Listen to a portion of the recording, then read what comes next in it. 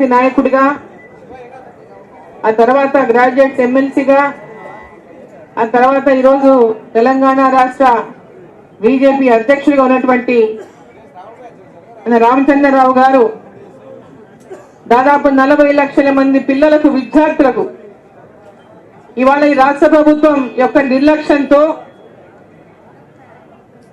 ఆ కుటుంబాలన్నీ కూడా పెద్ద ఎత్తున ఆవేదన చెందుతూ తమ పిల్లల యొక్క భవిష్యత్తు గురించి ఆందోళన చెందినటువంటి తరుణంలో ఈ రాష్ట్ర ప్రభుత్వం వెంటనే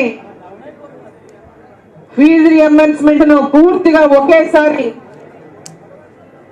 పిల్లలకు అందించాలనేటటువంటి ఒక లక్ష్యంతో, ఈ రాష్ట్ర ప్రభుత్వం యొక్క కళ్ళు తెరిపించాలనేటటువంటి ఆలోచనతో ఈరోజు వారు చేపట్టినటువంటి 2 రోజుల దీక్షకు విద్యార్థులందరి తరఫున కూడా వారికి నేను ధన్యవాదాలు, అభినందనలు నేను తెలియజేస్తా ఉన్నాను. ఈరోజు ఈ రాష్ట్ర ప్రభుత్వం ముఖ్యంగా రేవంత్ రెడ్డి గారు ముఖ్యమంత్రి, ఎందుకంటే విద్యాశాఖ ఆయన దగ్గరనే ఉంది, విద్యాశాఖ కూడా ఆయన దగ్గరనే పెట్టుకున్నాడు. రోజు అనేక మాయమాటలు చెప్తుంటాడు, రోజు మీడియాలో ఏదో ఒక బ్రేకింగ్ న్యూస్ కనబడాలనే ఆకాంక్ష తప్పితే నిజంగా చెప్పిన మాటలన్నీ కూడా నేను నిలబెట్టాలి, విద్యార్థులకు అనేక హామీలు ఇచ్చిన మా ప్రభుత్వం అధికారంలోకి రాకముందేటువంటి సోయి లేకుండా ఈరోజు విద్యార్థులకు ఇచ్చినటువంటి ఫీజు రియంబర్స్మెంట్ విషయంలో వాళ్ళ అధ్యక్షుడు, వాళ్ళ నాయకుడు, ఎందుకంటే వాళ్ళకి ఎప్పుడు కూడా ఇంకా యువ నాయకుడే ఆ నాయకుడు ఎన్నికల ముందు కూడా వచ్చిండు, ఇక్కడ ఎన్నికల ముందు కూడా వచ్చి యువకులకు అందరికీ కూడా అనేక తెలంగాణలో హామీలు ఇచ్చిపోయాడు.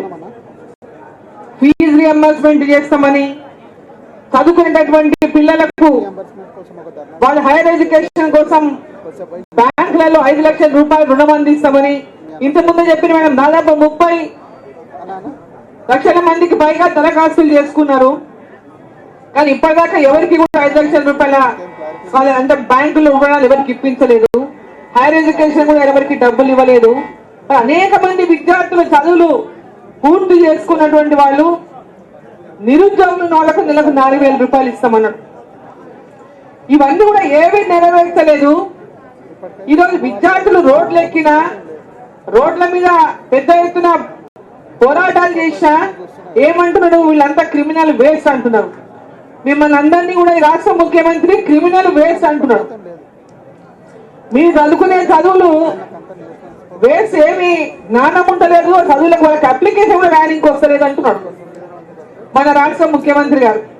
అంటే ఆయన ముఖ్యమంత్రిగా ఉండి, తెలంగాణ విద్యాశాఖ మంత్రిగా ఉండి, ఆ విద్యాశాఖను తను నిర్వహించుకుంటూ మన పిల్లల యొక్క విద్య గురించి, ఈ రాష్ట్రంలో విద్య గురించి ఆయనే మాట్లాడుతుంటే, ఆయన ముందుగా ఆ శాఖను నిర్వహిస్తున్నటువంటి ముఖ్యమంత్రి ముందుగా రాజీనామా చేయాలి. తనంతగా తనే ఒప్పుకున్నాడు, ఆయనే ఒప్పుకుంటున్నాడు. సరైనటువంటి విద్య ఒక క్వాలిటీ విద్యని రాష్ట్రంలో అందిస్తలేడని ఆయన ఒప్పుకుంటున్నాడు. అందించలేకపోతున్నందుకు ఆయన రాజీనామా చేయాలి. మీ భవిష్యత్తును ఆయన ఈరోజు పాడు చేస్తున్నందుకు రాజీనామా చేయాలి.